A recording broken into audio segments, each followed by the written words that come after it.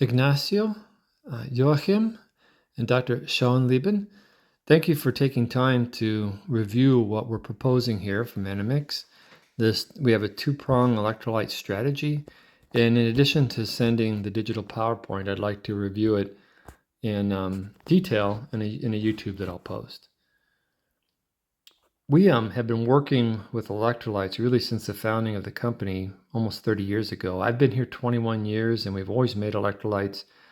But Renell Bloom, our president and calf nutritionist, and we really focused on retooling this product line in addition with our team of QA/QC personnel to really modernize it starting in 2019. And this started with getting the consultation of Dr. Jeff Smith, DVM veterinarian at formerly NC State, North Carolina State University.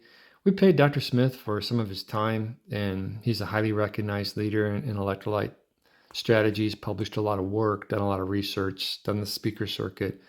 Dynamic, really good guy.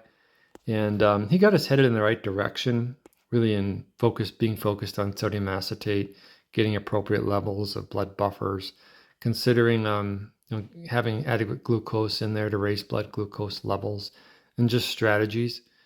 And then we conducted a study at Mapleview Agra, and they're a large calf research unit and milk replacer manufacturer in Ontario, Canada. They're arguably the leader in the milk replacer industry in Canada. And they work with Dr. Dave Renau, who heads up the vet college at the University of Guelph. Dr. Renau helped set up the protocol of this study, and he helped instruct the team at Mapleview on how to implement it. And we published the work. Now it's just one published study in many. And we did a complete literature review of all the research we could find. And we also asked Dr. Smith to share any papers we were perhaps missing. So we reviewed all the data on electrolytes in dairy calves and beef calves that's out there that we were aware of, or that Dr. Smith or Renau was aware of. And then with that scientific information, we formulated some products, after doing our research, as well. And our QA/QC team worked diligently with hot boxes, which I think in Fahrenheit, I'm sorry, it was 100 degrees Fahrenheit, but that's a hot desert climate summer day. And that was 24/7 in the hot box in our laboratory, where we could work with different formulas, different ingredients to find out a formula that will not react the sodium acetate with the glucose and cause a Maillard reaction and degrade the product, which is what occurs when you work with sodium bicarb, or when you work with sodium acetate. And then lastly, we did a whole battery of palatability studies with a large special milk fed veal grower, not just down the road, basically from Animix. And we got some really sound data there. So that was the basis of our product line. There is no Animix brand. Everything we do here in the US and Canada and around the world is private label, custom manufactured according to customer specifications. But these types of formulas that lay out the concepts that I'm going to propose to you in two products that we will gladly change or modify to your specifications and needs. But we would propose these mixes and these types of mixes, and what we've seen in the US and in Canada, that these are the products that are really working and really growing. This is my favorite study for establishing the need for treating a diarrheic calf and what causes metabolically in the diarrheic calf. Perhaps Dr. Sean Lieben, or I think Joachim, I think you mentioned knowing this gentleman. Dr. Treffs is with the University in Bavaria. He's the head of the teaching college of veterinarians there. And he and his team had a very simple protocol. When growers would present moderate to severely diarrheic calves to his teaching school for assessment, or if his team were out assessing diarrheic calves on a farm, they would draw blood to measure blood gas measures and also do a physical assessment of those diarrheic calves, and then ask the producer, the calf raiser, 2 days or 48 hours later, did that calf live or did it die? And then he had a very simple protocol. He could compare the blood gas measures and the physical assessment of the calves that lived after they had a severe diarrheic event to those that died. And then he could see the differences. Basically what he found was The clinical signs weren't surprising at all. The typical lack of suckling reflex. The calves were depressed. They were downer calves, we call them, recumbent calves. They commonly couldn't get up. They had eyeball recession. They were suffering from sepsis and hypothermia. In the blood gas measures, I don't think it's surprising that he found that the calves that died suffered from acidemia. But maybe a bit surprising was that those that died had a definitely lower blood glucose levels. And this one really surprised me. There was, one of the three leading causes of death was hypernatremia or sodium toxicity. Obviously indicative, I think, of excessive use of electrolytes or saline solution. So the take-home messages are that calves suffer from acidemia and we need to correct it.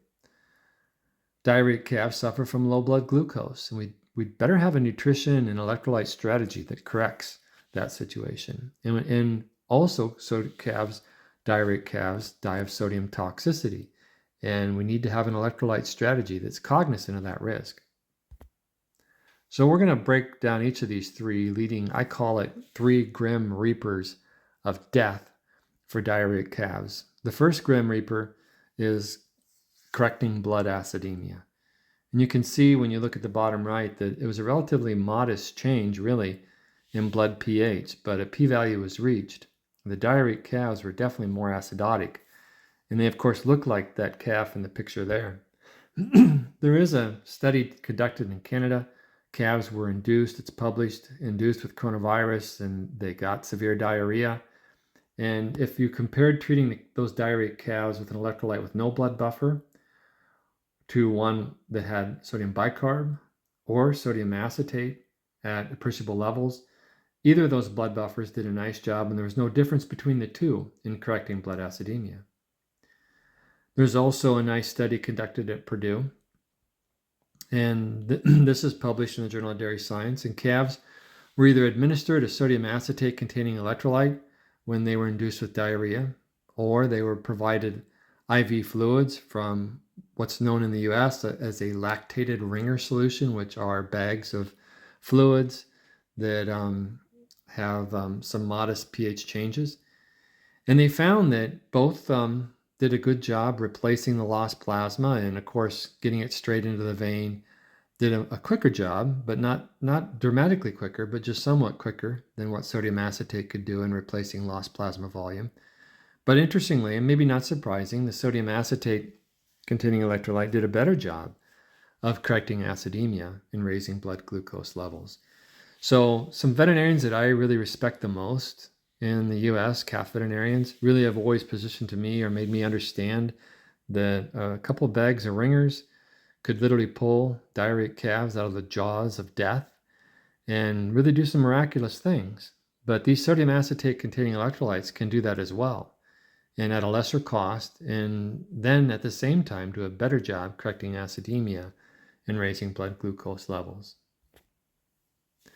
But when you choose a blood buffer, you need to be cognizant of, aware of what happens to your gastric bactericidal barrier. The calf is born with a natural barrier. Its abomasum has a pH that's commonly for a good share of the day, or is normally under 5.0, which is where it needs to be to not allow any E. coli to proliferate, and under 5.5 to prevent proliferation or growth of salmonella. This is on the slide on the left summarizes the results of a study that Dr. Smith did at North Carolina State University. That's that guru I was talking about on calf electrolytes in the U.S. A really good guy.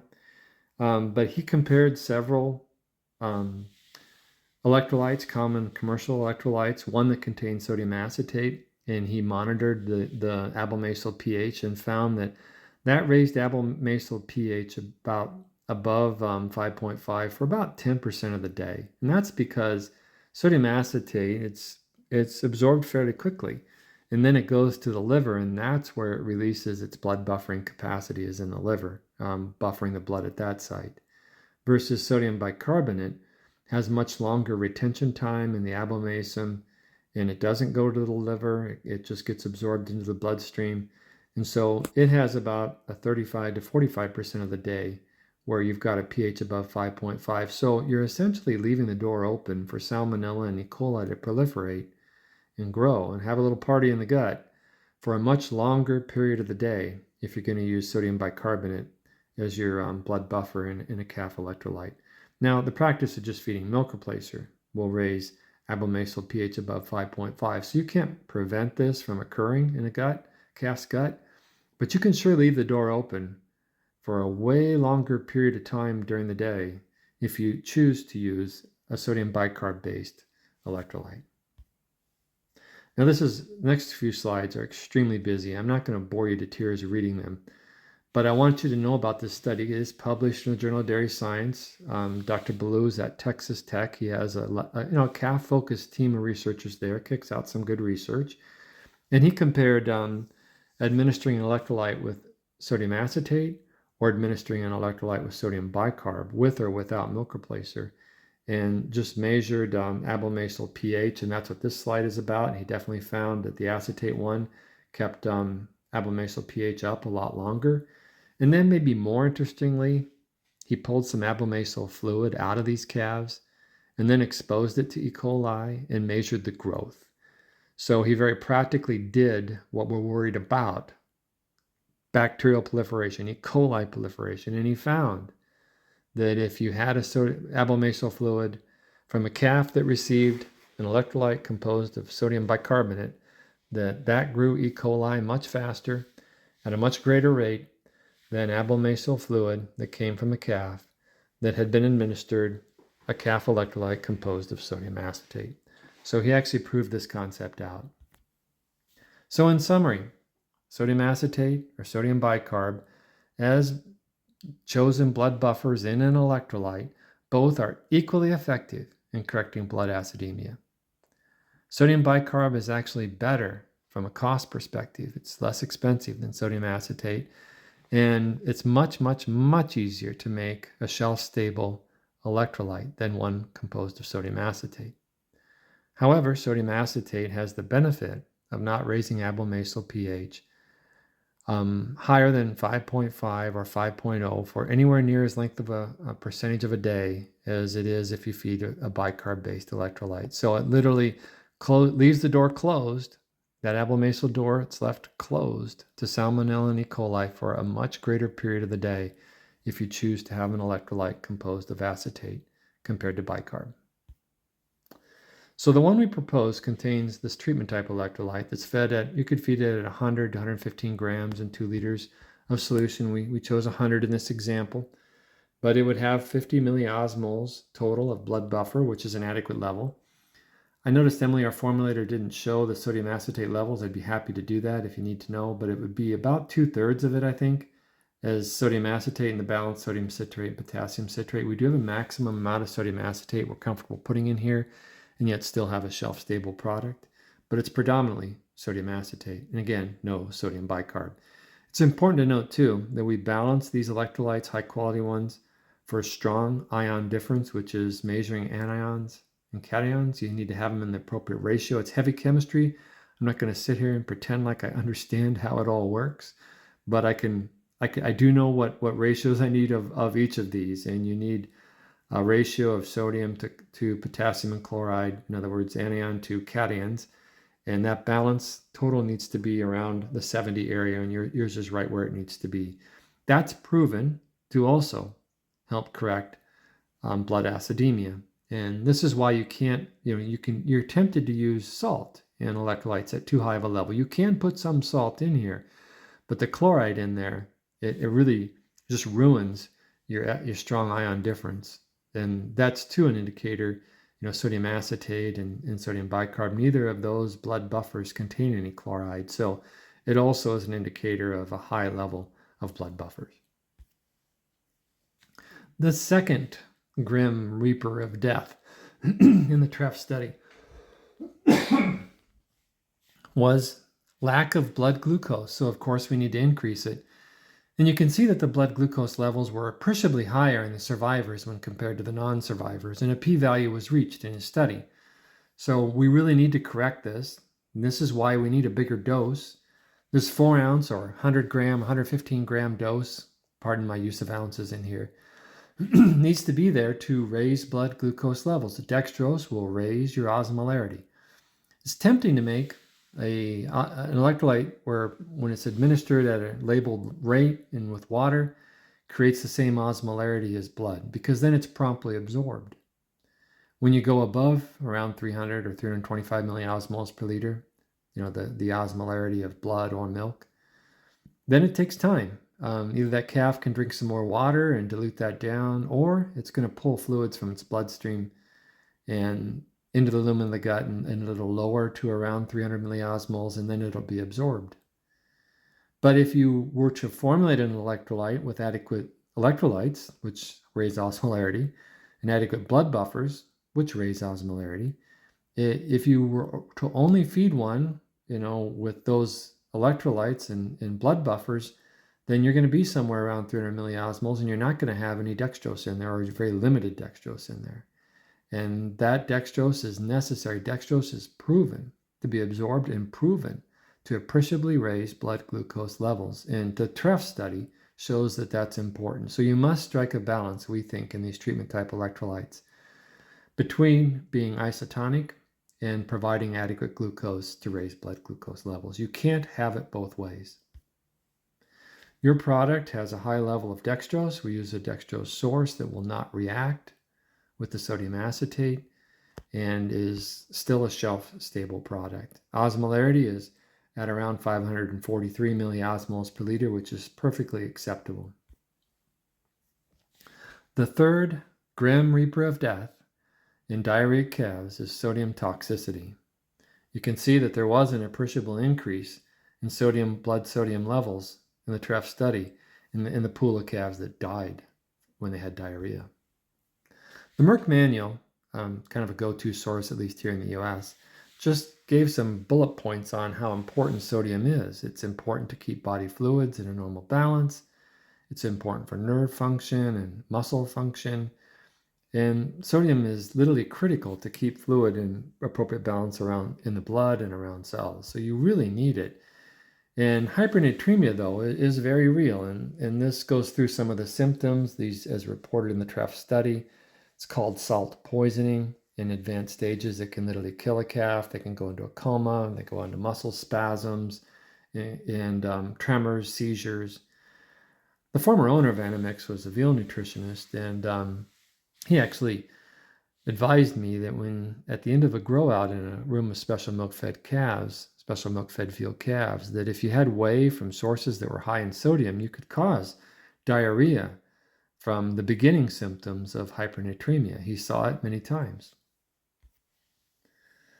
This is a busy slide, but it goes into routine sodium intake. A quart and a liter are pretty similar. Sorry again for not changing this to metric.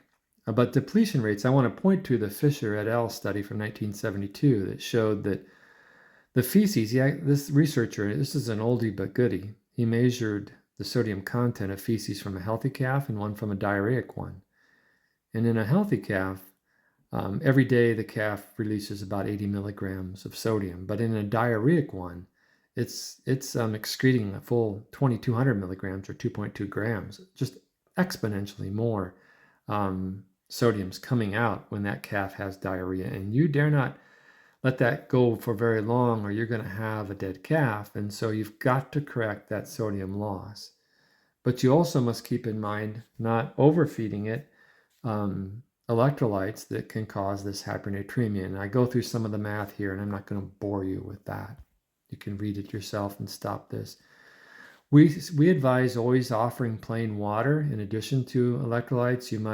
A strategy might be that you've got feed your milk in the morning. We like to keep calves on their milk nutrition, milk replacer, or whole milk. Some growers might cut the amount offered for one day, but the next day I would offer its full feeding. Don't tube the calf any milk replacer or whole milk, but do allow it to consume whatever it will consume on its own. And then offer the electrolyte maybe an hour or two later. And then after the electrolyte, you can consider tubing what it doesn't consume if you've got someone on farm who can effectively do that without killing a calf or spreading disease via the tubing device, the esophageal feeder. And then offer plain water after that. Hydrate, hydrate, hydrate. Keep that calf full of fluid. However, we would stop that whenever the calf's back to relatively normal stools, and that may be after 1 day of treatment, might be after 2. You could even go out for a 3rd day. But after 6 treatments, if you do it twice a day, or 3 days, stop and do not feed the treatment type electrolyte. Again, at least for several days. Sodium levels are high in this electrolyte. You can see they're shown there, and they're balanced appropriately with between anions and cations and the strong ion difference. So in summary, this treatment type electrolyte, it needs to contain a high level of blood buffers, at least 50 milliosmoles per liter. That's enough to do the job. This product that we're proposing, and we propose having as high a sodium acetate as you're comfortable as a manufacturer making without causing shelf stability problems. We fill out I think it's 2/3 or more, and we'll get back to you what that is, but the other non-sodium bicarb-based blood buffers combined need to total 50. This needs to be balanced for strong ion difference to make sure there's adequate sodium to replace what's lost in the diarrhea. But also, you want to make sure there isn't excessive chloride, which is common if you have a cheap salt-based electrolyte. It needs to be high in available glucose that can rapidly raise blood glucose levels. I like one that's modestly hypertonic, right about where yours is, so that there's enough glucose to correct or get blood glucose levels up where you want them to be. And I also like a high level of glycine. Even though there's very limited calf research on this adjunct, these are well researched and broadly used in electrolytes fed to humans and shown to increase sodium absorption and to increase glucose absorption. So I think it's an important thing to have in a high quality treatment type electrolyte. I am an advocate to adding some calf specific strains of bacillus if you're receptive to it. They're very inexpensive. I think it's like 25 cents a kilo. So divide that by 4, that's US. So that's like, what would that be? 5-6 cents or less per dose to administer these. I don't think it's even that. It's I'll show it in the email, but it's very inexpensive. And there are a number of studies that we've done on these treatment type electrolytes to prove that they reduce antibiotic use and take a good bite out of them, at least in medication costs. But more specifically, there was one study that is published where bacillus were added to a simple electrolyte. And in just 2 feedings to diarrheic calves, they measured improved weight gain during the week that scours occurred. Clostridium shedding was significantly reduced. Medication costs in lactated ringers or IV fluids, their reliance or use was significantly reduced. And the calves also noted improved immune function. So we've got this researched level of the exact strains that were used in that research study of bacillus.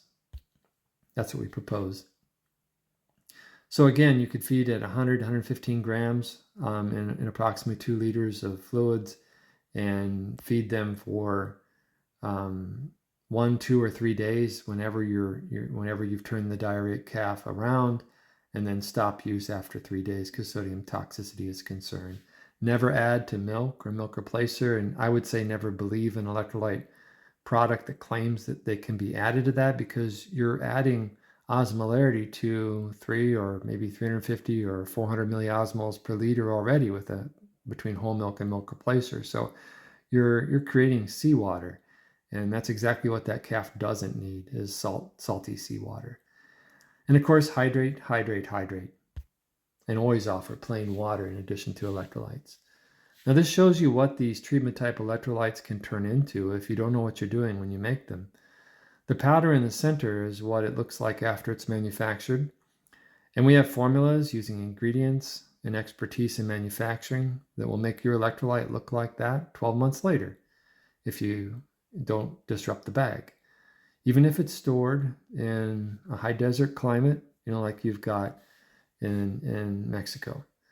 Now, before we knew what we were doing, we created a lot of powders like the one on the left, where the glucose was starting to go through the Maillard reaction.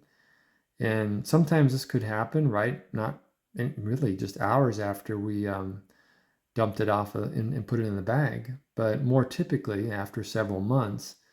if it were stored in a hot, humid warehouse in the upper Midwest US, which I assume would be like in Germany, or if stored out in a calf ranch or a warehouse in the Central Valley of California in the summertime or early fall, which is high plains desert like what you have in your region of Mexico. So that's what you're going to create. And the bag on the right was an example of one in California. Miraculously, we did manage to keep this customer. He was a very gracious and good man. We appreciated his patience. There's a stain on a warehouse in the Central Valley of California from that goop that was created from the sodium acetate reacting with the glucose source. We do not create that anymore, but I do bring it up as a badge of honor that we know what we're doing because we've made every imaginable mistake. And we can create the powder in the middle when it comes out of the blender, and it'll look like that a year later, as shown in our hot box studies, and maybe more importantly, after having made high sodium acetate, high glucose electrolytes and sold and marketed literally truckloads of them over the span of many years. So we're really an advocate of a two-pronged strategy. I think most people think of the scour treatment type strategy, but really the large calf ranches, I think, have really recognized, and they maybe don't really know why they've come up with these rather, I'll call them cheap electrolytes, that they like them so much and to feed them every day, but they're very low in sodium, they're low in blood buffers, they're composed predominantly of dextrose, they're inexpensive, and growers commonly report that they get better fluid intake than if they just offer plain water. Well, we took this to a whole nother level. Not only can we make that really cost competitive, inexpensive electrolyte that's designed to be fed to all calves, perhaps, as a midday bottle in a desert climate, continuously, maybe even throughout the year for the first 2 or 3 weeks of life when a calf goes through its routine diarrhea event or scour period. That type of an electrolyte can keep a calf hydrated. It's a very low cash outlay for you and your growers. And it can have appreciable and measurable increases because we put some sweeteners and flavors in there in addition to the dextrose that really dramatically improve voluntary intake compared to just offering plain water. And I'll get into that data. So that's an entirely different electrolyte. And you do not want it loaded with sodium. You do not want it loaded with blood buffers. It needs to be an entirely different formula than the one that you're going to treat a diarrheic calf with. So this inexpensive one, just to give you an idea of where the rubber hits the road here, or the bottom line take-home message, this was a study that we did at this veal grower on 8-day-old Holstein calves. These would have been long transport, commingled, stressed calves. That's what the veal industry gets here in the US. A lot of failure passive transfer, poor colostrum status. But these calves at 8 days of old, the protocol was that the grower would feed his calves as usual. I think he fed them at 5:30 in the morning. We had him come in at noon and feed approximately 2 quarts, which is approximately 2 liters of either plain water in every other stall in the barn. These are stalled veal calves. They were in an individual crate. Or feed this electrolyte, which is very similar, if not identical, to the one we're proposing as a maintenance type electrolyte, a preventative strategy type electrolyte, an electrolyte that you could continuously feed. And he fed this at 25 grams in that 2 quarts, or approximately 2 liters of electrolyte solution. And I had him come back an hour later in the protocol and then visually assess whether the calf consumed it all, 3/4, half, only a quarter, or none of the water or the electrolyte, and record that on each individual calf on 128 calves, every other calf in the barn, every other stall in the barn getting one or the other treatment. And the bottom line was he saw a 30% improvement in voluntary intake from putting that electrolyte in the water. Dramatic. So what we're going to propose, it's an inexpensive, very basic, what I'll call preventative electrolyte that, in addition to improving voluntary fluid intake, offers kind of a maintenance source of some of the key electrolytes, but not too much to worry about sodium toxicity or to risk hypernatremia from extended use. A very nominal level of blood buffer, and we chose not to put sodium bicarbonate in there just for labeling reasons. It's low levels anyway. It probably wouldn't hurt if you used bicarb, but we just chose sodium acetate. It's relatively inexpensive too. It's like sodium acetate.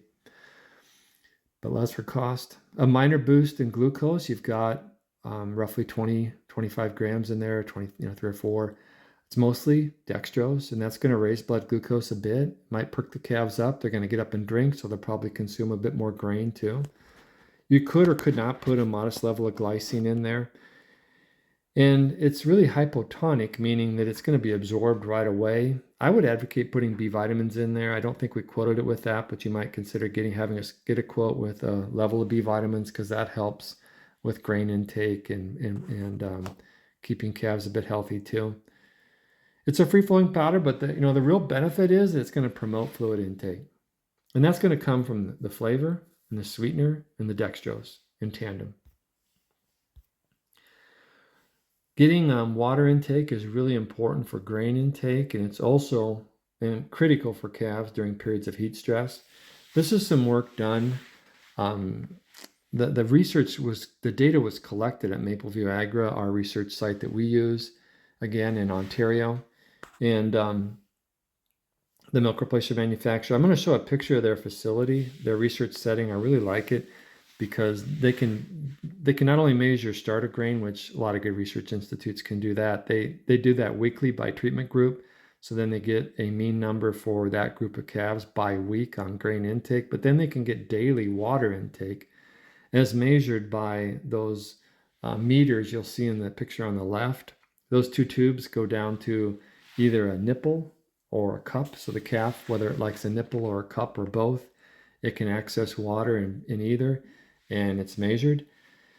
And so what happened is all this data that they collected on amongst different studies when they were looking at nutrition strategies or additives, etc., they had data from 346 calves that researchers, João Costa, a leading calf researcher team in the University of Vermont in the Northeast US, he tracked that data on 346 calves.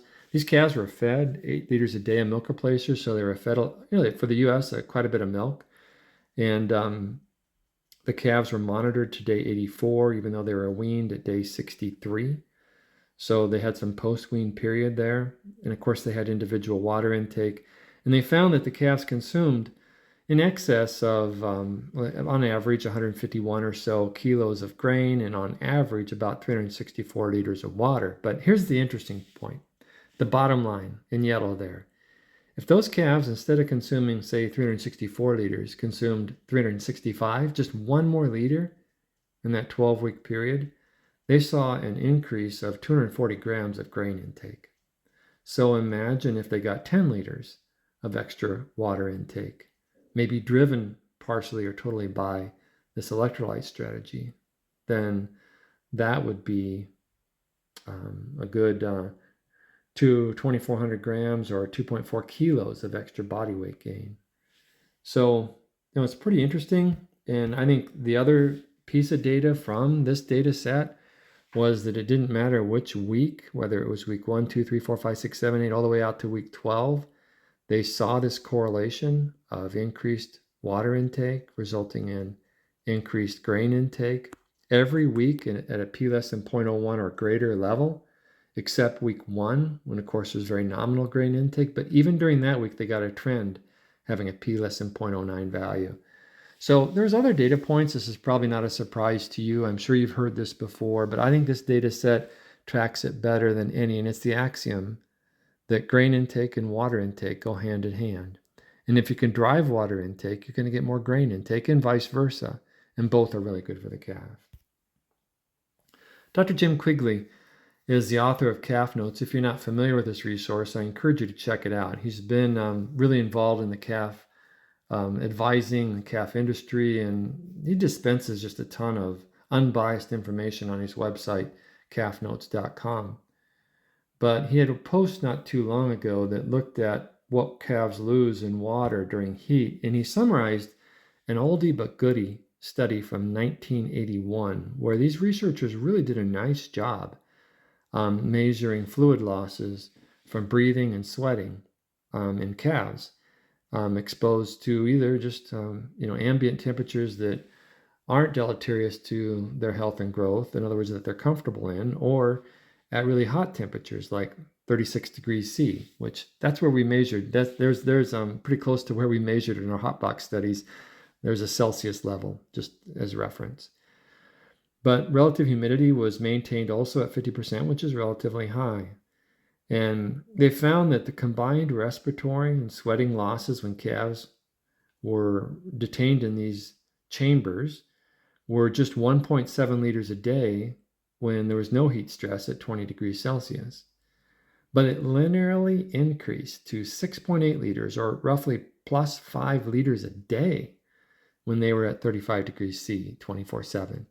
Heat stress really takes a toll on calves, and part of the toll, the loss, is they respire and sweat so much extra fluids, and we really must replace those fluids by offering more water and also preferably some electrolytes.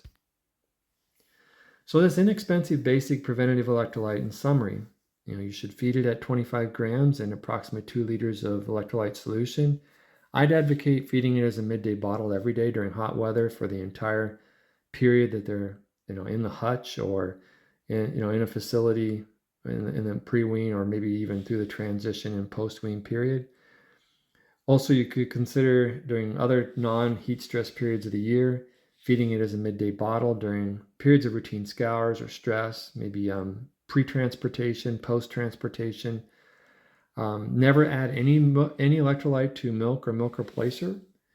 Always offer plain water after offering electrolytes. The calf really needs to hydrate, hydrate, hydrate. In this product, just in summary, you can see it's very low in blood buffers.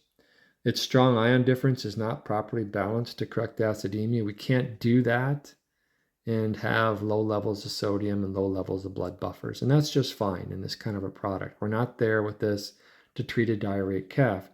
We're actually using this to help prevent the severity of diarrhea, or to maybe prevent the calf from even suffering from diarrhea in the first place.